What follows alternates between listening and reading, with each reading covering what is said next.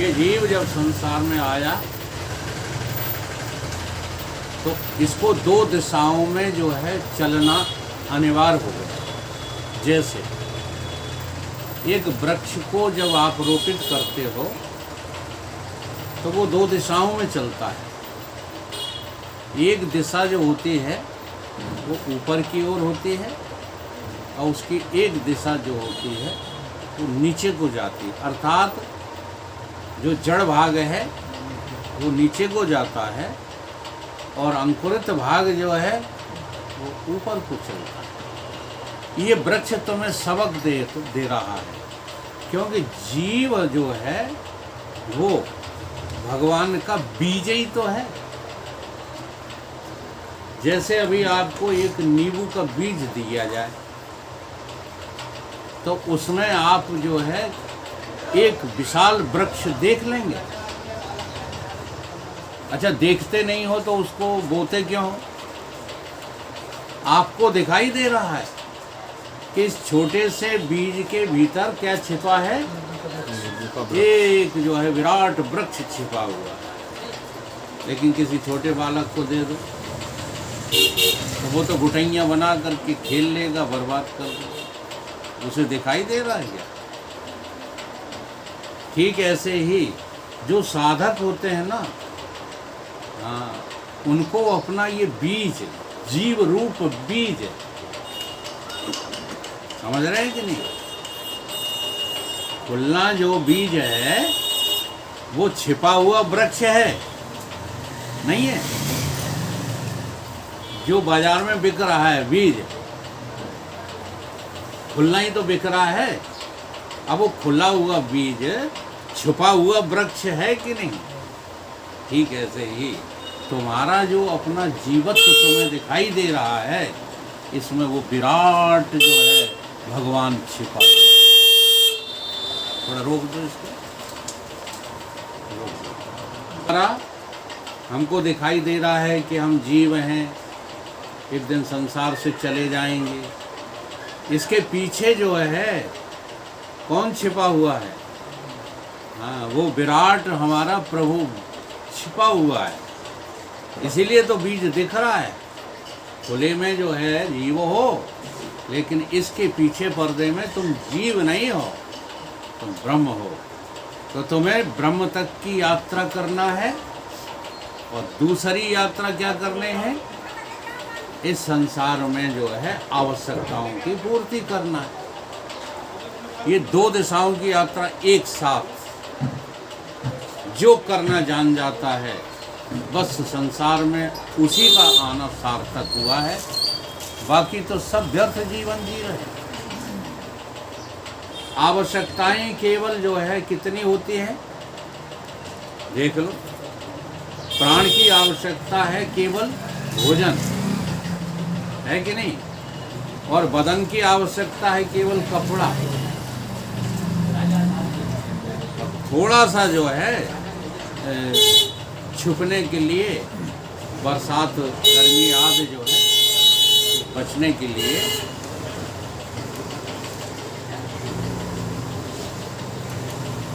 भवन की व्यवस्था, तो रोटी कपड़ा और मकान आवश्यकता है। ये वासना नहीं बनना चाहिए, परंतु हमने अपनी यात्रा में आवश्यकता को भूल करके वासना जो है संग्रह करने लगे, और इसी से जो है जीव का पतन हो जाता है, दूसरे तरफ की यात्रा रुक जाती है।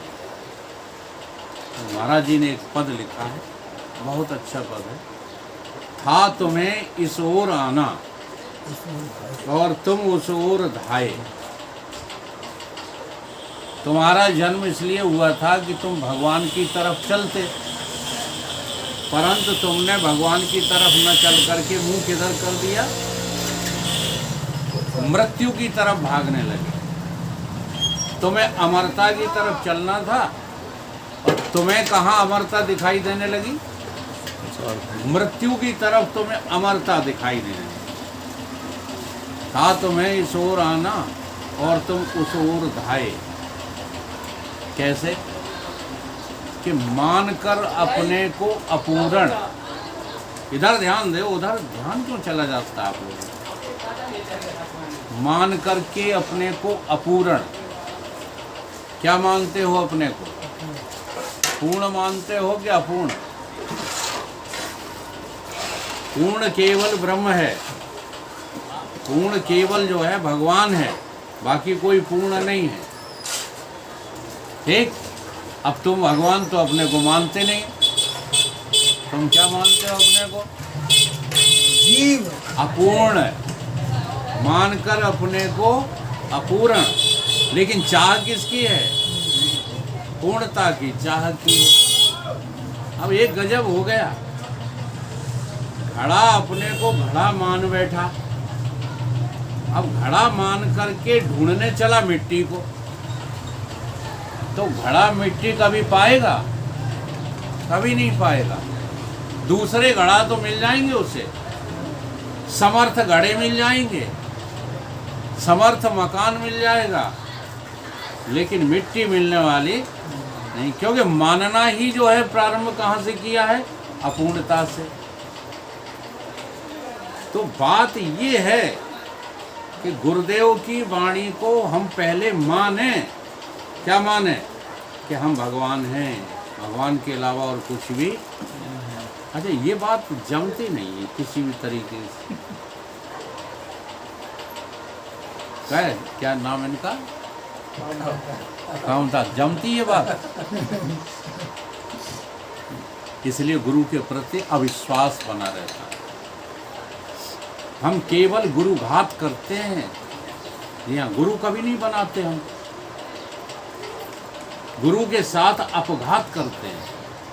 गुरु ने कहा कि तुम भगवान हो, तुम मानने को तैयार नहीं। पहले मानो तो, जानने की बात तो बहुत पीछे होगी, लेकिन हम लोग मानते ही नहीं गुरु की। कहते ये गुरु तो हमारे ऐसे ही हैं, चलो अब बड़े गुरु थे तो हमने कर लिए। महाराज जी तो यहाँ से ऐसे कहते हैं जैसे किसी ने खसम कर लिया हो, ऐसे ही गुरु कर लेते हैं। तो गुरु करना नहीं है, गुरु की वाणी को जो है मानना है। मानकर अपने को अपूर्ण पूर्णता की चाह की है, इसी से संसार में दुख की भड़कती आग भी है। अगर तुम पूर्ण मान लो तो तुम्हें छोटी छोटी चीज़ें, अपूर्ण जो चीज़ें हैं वो पाने की इच्छा होगी? कदापि नहीं होगी। हाँ? जैसे एक पागल अपने को धनवान मान लेता है। आपने ऐसे पागल देखे? धनाढ़ पागल हमने देखे। उन्हें कहा ये जगदीश सेठ हैं, यहाँ चले जा, रोटी मिल जाएगी तुम्हें खाने को। तो कहता है ऐसे सेठ हमारे चरणों पे पड़े रहते हैं। कौन? पागल कह रहा है। हाँ, तो ये जो भगवान को मानने वाले लोग होते हैं ना, वो समाज के पागल ही हैं। जी हाँ, ऐसा जो पागल हो जाता है बस वही तो जो है ऊर्ध्वगामी होता है, अपने रास्ते पर चल पाता है। मानकर अपने को अपूर्ण पूर्णता की चाह की है, इसी से संसार में दुख की भड़कती आग भी है। और इसी आग की निवृत्ति के लिए हम आगे बढ़ते जा रहे हैं। आगे बढ़ते शांति पाने, किंतु जलते जा रहे हैं। आगे तुम बढ़े हो कि नहीं बढ़े हो? हैं? विवाह किस लिए किया था? दुख की निवृत्ति के लिए किया था, सुख की प्राप्ति के लिए किया था, या आफत में पड़ने के लिए किया था? तो सुख की प्राप्ति और दुख की निवृत्ति तो हुई नहीं, आफत और पड़ गई। कल्पना की थी आपने? जो याद करो उस दिन को जिस दिन मोर रख के चले थे, घोड़े पे बैठ से सवार है। वो गाना जो है आज से 50 साल पहले का है, वो आज भी ऐसे चल रहा है जैसे बिल्कुल नित नवीन गाना हो। हाँ, वो गाना नहीं बदल पा रहे बैंड वाले आज भी। मेरा यार बना है दूल्हा, फूल खिले हैं दिल के, हैं? बहारो फूल बरसाओ, मेरा महबूब आया है, ये आज तक गाना बदल नहीं पा रहे। हर बारात में हर ये 2-3 गाने बजते ही। हाँ जरूर बजते हैं। तो क्यों? क्योंकि उस क्षण आपको ये दुर्दशा दिखाई दी थी जो आज दुर्दशा हो रही है। तुम राजी हो चाहे ना हो, दुर्दशा में सब फंसे हो। दिखाई दे गई थी? नहीं दी थी। एक तरफ से दूल्हा चला आ रहा था, एक तरफ से महाराज जी जा रहे थे। तो दोनों में दोस्ती थी पक्की। हाँ बचपन की दोस्ती थी। ये 20-22 साल में साधु हो गए और 20-22 साल में उसकी शादी हो रही थी। तो वो दूल्हा पूछने लगा कि परमानंद जी कहाँ से आ रहे? मित्रता थी। तो महाराज जी जवाब क्या देते हैं? जहाँ तुम मरने जा रहे हो वहाँ से हम लौट कर आ रहे। बाकी समझ में नहीं आई कि क्या कह गए। बात आई कुछ समझ में? हाँ एक इशारे में समझ जाते हैं, बस वही तो बाल ब्रह्मचारी संत हो जाते हैं।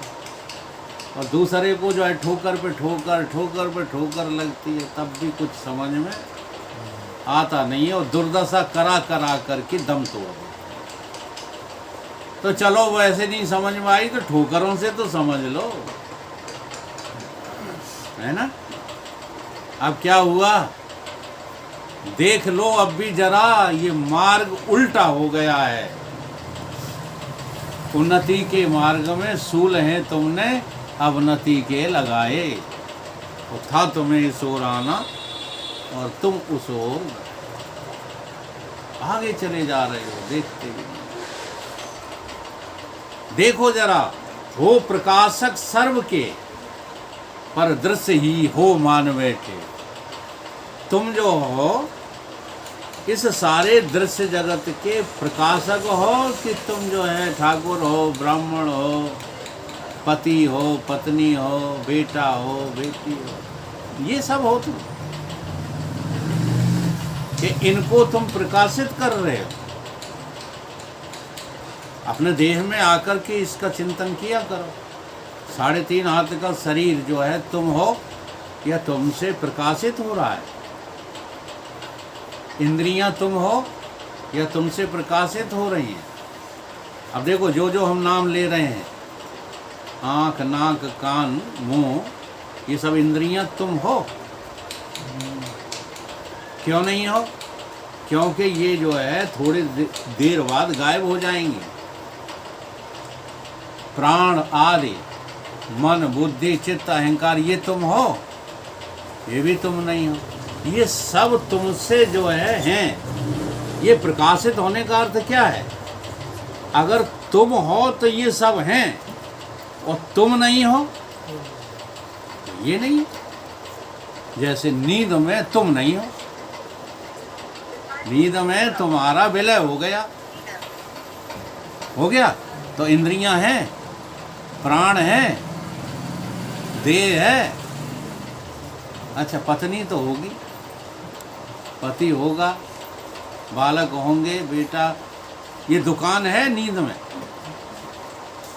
हो प्रकाशक सर्व के पर दृश्य ही हो मान बैठे। देह के अभिमान से तुम अमर होने को थे ऐंठे। अब अभिमान तो तुम्हें इस देह का है कि मैं देह हूँ, और फिर काय के लिए रहे हो? सुखी होने के लिए। क्योंकि सुख तो अमरता में है। जब तक तुम अमर नहीं हो जाओगे अपने ज्ञान में, तब तक तुम सुखी नहीं हो सकते। क्योंकि जो मरने का है वो दुख तो लगा ही रहेगा। तुम करोड़पति हो जाओ, अरबपति हो जाओ, सारा विश्व तुम्हारे पीछे फिरे जैसे बागेश्वर महाराज के पीछे फिर रहा, मरोगे नहीं। हाँ, तो अमरता जब तक तुम्हें नहीं मिल रही है तब तक तुम सुखी हो क्या? नहीं। दृश्य ही हो मान बैठे, देह के अभिमान से तुम अमर होने को थे ऐंठे। पर देखते हो ये शिशु अवस्था जा रही है, चली गई कि नहीं चली गई तुम्हारे सामने। युवावस्था भी जा रही है और वृद्धता भी जा रही है। अब अमरता की आस टूटी। अब कहने लगे कब? जब घुटने में दर्द होने लगे, हाँ, जब सांसें फूलने लगी, अब कहने लगे अब नहीं बचत, कछु करो, चाहे डॉक्टर को दिखाओ, चाहे जो अमृत पिवाओ, अब बचत नहीं है ना। तो अमरता की आस टूटी, टूट गई कि नहीं? परिवार न तुमको बचाए, इस परिवार की तो छोड़ो, पति पत्नी बच्चों की नातियों की तो छोड़ो, ये तुम्हारी जो है यहाँ अंदर वाला परिवार, मन इंद्रियां बुद्धि आदि भी बचा पाएंगी तुम्हें? नहीं बचा पाएंगी। आंख से अश्रु की धारा बहे, परिवार न तुमको बचाए, तो था तुम्हें इस ओर आना, और तुम उस ओर, तुम पूर्ण हो, तुम शुद्ध हो, तुम सुख का ही भंडार हो। पता लगाओ, तुम सत्य निश्चल रूप हो, आनंद के भंडार हो। तुम्हारे सिवाय और कहीं कोई है नहीं। ये जिस दिन आपको पता लग जाएगा, उस दिन तुमसे बड़ा जो है कोई, हाँ, धनवान होगा नहीं, तुमसे बड़ा कोई सुखी होगा नहीं, परंतु पता ही नहीं लगा रहे। ऐसी टकसाल भरी है धन की तुम्हारे भीतर कि तुमसे बड़ा कोई धनवान नहीं। मीरा को ये टकसाल मिल गई तो कहने लगी कि पायो जी मैंने, हाँ, ऐसा धन पाया कि उस धन के मुकाबले कोई धन ही नहीं है। वस्तु अमोलक, हर वस्तु का मोल है। जी हाँ, सो कैसा है? अंत वाला है। लेकिन एक अमोलक वस्तु सद्गुरु ने दी है, उसका कभी अंत ही नहीं होता। वस्तु अमोलक दई मेरे सतगुरु, जग का सवई हिरायो। उस तत्व को पा जाने के बाद हमें जगत के किसी भी धन की और ऐश्वर्य की, वैभव की, परिवार की आवश्यकता नहीं रहती। देखो, थोड़ी सी भी यदि झलक आपको मिल गई तो मैं सच कह रहा हूँ, जमराज तुम्हारी ऊपर जो है कुल्हाड़ा घात करते खड़े रहेंगे और तुम मुस्कराते रहो। अगर तुम्हें दर्शन करना, चलो दिखा दो। जी हाँ, मुस्कराता हुआ चेहरा। जबकि मौत सर पर खड़ी है, पैर काम नहीं कर रहे, हाथ काम नहीं कर रहे, वाणी काम नहीं कर रही, कान भी काम नहीं कर रहे। जैसे ही पूछो क्या हाल है, हाँ, ये आत्म ज्ञान का फल है। वरना मैंने सब रोते देखे, हम पक्षपात नहीं करते। हमारी अम्मा रो रो के मरी जा रही हैं, दिन रात मोह जो तबला सा तना रहता है माता जी का, 24 घंटे गुस्सा में रहती हैं। अब जमराज से तो कोई बचा नहीं पाएगा। सही बात। हम क्या करें? हम तो सेवा कर सकते हैं बस। लेकिन लोग पक्षपात पूर्ण बातें करते हैं। हमारी अम्मा, हमारे दादा, हमारे काका सब नरक चले गए, सब नरक में गए। अगर तुम्हें स्वर्गारोहण, अगर तुम्हें अपवर्ग का कोई इंसान देखना है तो दर्शन करके आओ। मुस्कुराते हैं। जब भी तुम कहोगे, कहो क्या हाल है, क्या हुआ? मैंने कहा क्या हुआ? मेरे में कुछ होता नहीं है। उनके मुंह से यही आवाज़ निकलती है। मैं तो ज्यों का त्यों, जैसा का तैसा हूँ, खुशहाल हूँ, हर हाल में खुशहाल हूँ। ये भी एक अहंकार बोल सकता है? अहंकार तो है ही। जब तक जीवित है प्राणी, तब तक सत्य को भी तो अहंकार से ही बोलेगा। भगवान कृष्ण जब सत्य बोल रहे हैं, यो माम पश्यति सर्वत्र, तो अहंकार में से ही होकर तो बोल रहे हैं, परंतु से शुद्ध अहंकार है। जो ब्रह्म का अहंकार है वो शुद्ध अहंकार है, और जो जगत का अहंकार है वो मिश्रित अहंकार है, वो अशुद्ध अहंकार है। अशुद्ध अहंकार से जीव का पतन होता है और शुद्ध अहंकार से जीव ऊर्ध्वगामी होता है। ये नियम इसलिए कहा गया है, इसीलिए कहा गया है कि उन्नति के मार्ग में सूल हैं तुमने अवनति के लगाए, था तुम्हें इस ओर आना और तुम उस ओर आए। ये फर्क होता है। जी हाँ, योगी का और भोगी का ये फर्क होता है, ये भिन्नता होती है। योगी सदा जो है वहाँ रहता है जहाँ संसार नहीं है, और भोगी सदा वहाँ रहता है जहाँ संसार है। इसलिए मरता हुआ योगी मुस्कुराता हुआ दिखेगा और मरता हुआ भोगी रोता हुआ दिखेगा। ये सीधा सा गणित है। चाहे असह पीड़ा हो फिर भी योगी कभी भी रुदन नहीं करता, तुमसे शिकायत नहीं करता। और भोगी कितना भी खुश हो, मौत खड़ी देख ली सोई रोने लगता है। ये योगी और भोगी की पहचान है। पक्षपात मत किया करो कि अब हमारे हैं तो अच्छे हैं, हमारे घर के हैं तो सब योगी हैं, दूसरे के घर के हैं तो सब भोगी हैं। ये पक्षपात पूर्ण बातें होती हैं। एक ने कहा कि हमारी माता जी तो उनने पटा मंगवाया, चौक पुरवाया, बैठ गई और बहुत कई आसान मौत मर गई। आसान नहीं मर गई, आसान नहीं मर गई, ये भोगों की प्रसन्नता में मर गई, जो अगले जो है जन्म में गिजाई बनेगी। होश में नहीं हो तुम। ये देख रही हैं चारों तरफ मेरे नाती पोते, बढ़िया मकान, सब अरब खरब लो संपदा सब है, उसकी खुशी में जो है उनने प्राण छोड़ दिए। उस खुशी में जो है वे सहज, जो तुम्हें सहज दिख रही है वो सहज मौत नहीं है, वो नरकीय मौत है। सहज मौत तो ये होती है शरीर में इतने कष्ट हैं, इतनी पीड़ा है। रामकृष्ण को कैंसर था, हमारे गुरुदेव को लीवर जो है डिफेक्ट था। जितने महापुरुष मुस्कुराते हुए जगत से गए हैं सब शरीरों की पीड़ा में जाते हैं। तो शारीरिक पीड़ा से कोई तुम्हारे आत्मज्ञान में फर्क नहीं पड़ता। ठीक है, तो योगी और भोगी का भजन आज सुनाते हैं। योगी ये जो है कैसे होते हैं, और भोगी माने तुम शब्द से भोग का संकेत है और ये शब्द से योग का संकेत। हम तुमको यही बताते हैं, हम तुमको यही बताते हैं, ये किधर तुम किधर जाते हो, ये किधर तुम किधर जाते हो, तुम किधर ये किधर जाते हैं, तुम किधर ये किधर जाते हो। जरा फर्क समझिए।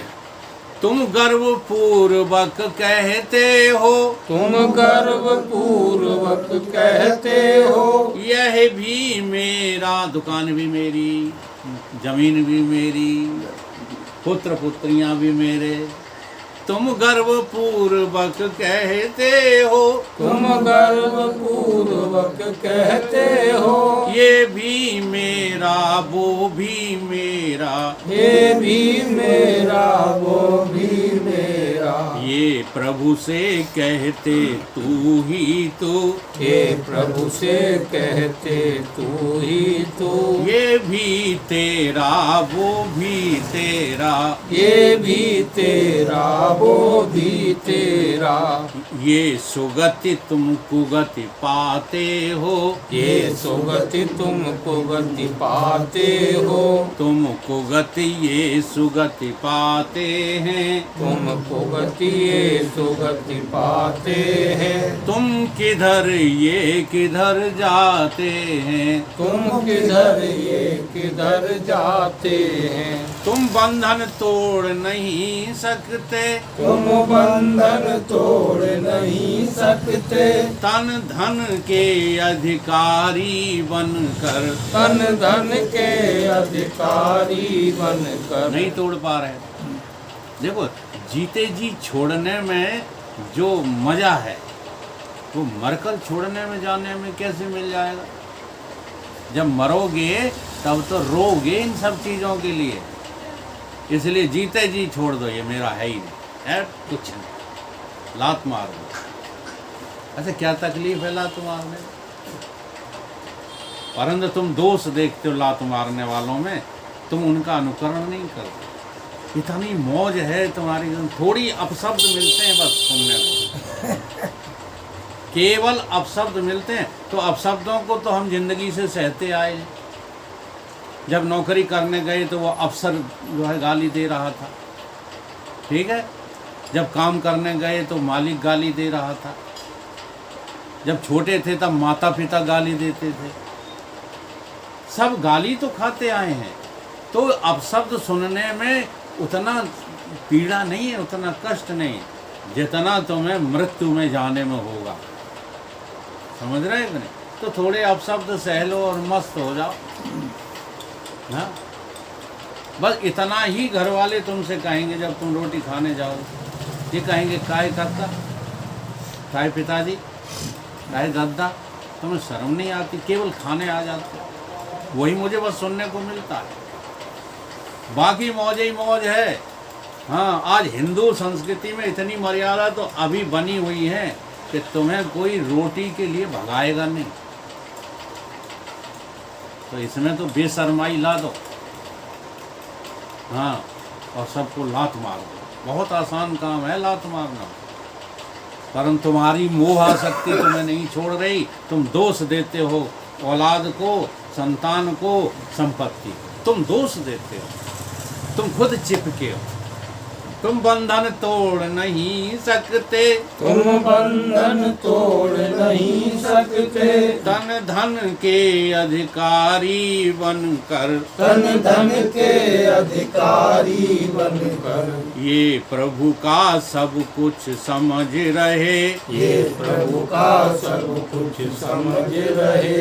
इसलिए ज्ञान अधिकारी हैं, इसलिए ज्ञान अधिकारी है। अपने को मुक्त बनाते हैं, अपने को मुक्त बनाते हैं। तुम किधर ये किधर जाते हैं, तुम किधर ये किधर जाते हैं। तुम सुख के कारण दुख पाते। तुम सुख के कारण दुख पाते। अच्छा ईमानदारी से बताओ, जो काम धाम में लगे हो तो सुख के लिए कि दुख के लिए? और मिल क्या रहा है? कमाल है, और फिर भी छोड़ नहीं पा रहे हैं, फिर भी छोड़ नहीं पा रहे। चले थे हरिभजनन को होटल लगे कपास, हैं? चले थे सुख पाने के लिए। हाँ, पहले नहीं मिला, शादी से नहीं मिला, बच्चों से मिल जाए। अब बच्चों से भी नहीं मिला तो कोई बहुओं से मिल जाएगा। अब बहुओं से भी नहीं मिला, थोड़ा बहुत मिला है, अब आगे पता चलेगा। तो और फिर नाती नातिनों से मिल जाए। और ये क्रम तुम्हारा छूटता नहीं है, क्योंकि ना समझो। जी हाँ, वेदांत केवल समझदार लोगों के लिए है। अगर तुम वेदांत का खंडन करते हो श्रीमान जी, तो तुम ना समझो, तुमसे ज़्यादा बड़ा मूर्ख कोई दुनिया में नहीं। तुम सुख के कारण दुख पाते, तुम सुख के कारण दुख पाते। मिटती है मन की भ्रांति नहीं, मिटती है मन की भ्रांति नहीं। ये सुख दुख मिथ्या समझ रहे, ये सुख दुख मिथ्या समझ रहे। दिखती है इन्हें अशांति नहीं, दिखती है इन्हें अशांति नहीं। तो जितना जो है दुख मिथ्या है, उतना ही सुख भी मिथ्या है। सुख कोई जो है पाने की चीज थोड़ी है, सुख बाहर है ही नहीं। ये तो खामखा भ्रांति है, समझ रहे? इसलिए अपना कर्तव्य निभाते हैं। अपना कर्तव्य निभाते हैं। तुम किधर ये किधर जाते हैं। तुम किधर ये किधर जाते हैं। हम तुमको यही बताते हैं। हम तुमको यही बताते हैं। तुम किधर ये किधर जाते हैं। तुम किधर ये किधर जाते हैं। तुम जिनको अपना समझ रहे। तुम जिनको अपना समझ रहे। अपने संग सदा न रख पाते। अपने संग सदा न रख पाते। अब है कोई आपके साथ जिनको तुमने अपना समझा, वो आपके साथ है? बताइए। कल्याण सिंह, कोई है आपके साथ? आपने अपने बच्चों को अपना समझा था कि गैर? अपना समझा था। अब वो आपके अपने रहे? नहीं रहे। नहीं समझ में आ रही? रहे? नहीं रहे, कैसे रहे?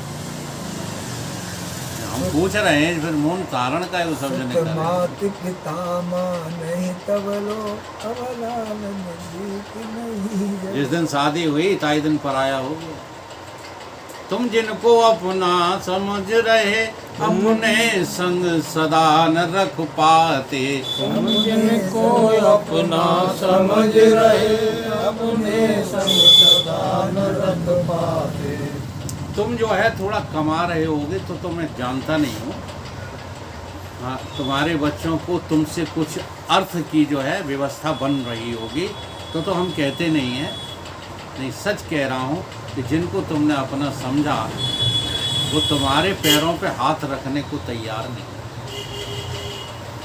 और तो छोड़ो, कहने कहने पर भी अगर आज आपके शरीर में पीड़ा हो रही है तो कहो नहीं कि लला, हाँ, दवाएं देने। तुम फालतू आदमी हो, 24 घंटे सत्संग में फिरते रहते हो। बंद करो सत्संग में जाना। कहेंगे कि कहते हैं बंद करो सत्संग में जाना, मुझे टाइम नहीं है। नहीं कहूँ के पास टाइम। तुम जिनको अपना समझ रहे, जिनको अपना समझ रहे। लेकिन तुम इतने लालची और मोही हो, हाँ, कि जूते हुए तो वे देने लगे तुम्हारे, तो कहोगे अपने। गूंगे को मोड़ा झाड़ देते। तुम जिनको अपना समझ रहे, तुम जिनको अपना समझ रहे। अपने संग सदा न रख पाते। अपने संग सदा न रख पाते। ये प्रेमी हैं उस प्रियतम के, ये प्रेमी है उस प्रियतम के। जो पल भर दूर नहीं जाते। जो पल भर दूर नहीं जाते। हम पथिक उन्हीं को गाते हैं। हम पथ के उन्हीं को गाते हैं। तुम किधर ये किधर जाते हैं। तुम किधर ये किधर जाते हैं। तुम जरा अपनी सत्ता को पहचानने की कोशिश तो करो। ये सारा जगत जो है आपको झूठा दिखेगा। जगत, देह, मन, प्राण, ये सब स्पष्ट दिखाई देता है, ये है नहीं। हम ही से इनकी सत्ता जो है चल रही है। अच्छा, एक बात बताओ, ये तो आप लोगों को सबको अनुभव होगा कि 2000 का नोट चलता है। हैं? कैसे चलता है? बिन पद चला है। कैसे चलता है? तो जैसे ये धन चल रहा है तुम्हारे चलाने से, तुम्हारे चलाने से चल रहा है या अपने आप चल रहा है? ऐसे ही ये तुम्हारी इंद्रियां, तुम्हारा मन, तुम्हारा प्राण तुमसे चल रहा है। तुम इनसे नहीं चल रहे हो, लेकिन अंतर्मुख होते ही नहीं हो। अंतर्मुख होने की हमारे पास जो है फुर्सत ही नहीं है। ये वक्त है भाई साहब, वक्त नूर को बेनूर बना देता है, वक्त फकीर को हुजूर बना देता है। और वक्त की कदर करना सीखो, कद्र करना सीखो बंदे, ये कोयले को भी कोहनूर बना देता है। हमारा वक्त व्यर्थ चला गया, हमारा वक्त हमने कहाँ प्रपंच में खो दिया। इसलिए अब भी वक्त की कद्र करो। केवल तुम्हारे पास कुछ है तो भगवान का दिया हुआ वक्त है। इस वक्त की कदर करो, सत्संग करो और गहरी गहरी जो है अपनी भावनाओं को, अपनी योग्यताओं को और अपनी क्या कहना चाहिए डिस्कवरी को, जी हाँ, खोजो। आप इसी जन्म में ब्रह्म हैं, आप इसी जन्म में भगवान हैं। एक बार आत्म साक्षात्कार हो जाए, सारी दुनिया को आप टिली कर सकते। जी हाँ, हम तो वो शहंशाह हैं, सही बता रहे हैं, कि दुनिया का कोई बादशाह अपन को लगता नहीं। मुझे मेरी मस्ती वहाँ लेके आई जहाँ मेरे अपने से नहीं कुछ है ही। मस्त हो जाओ अपने को जान करके। बोलो सतगुरुदेव।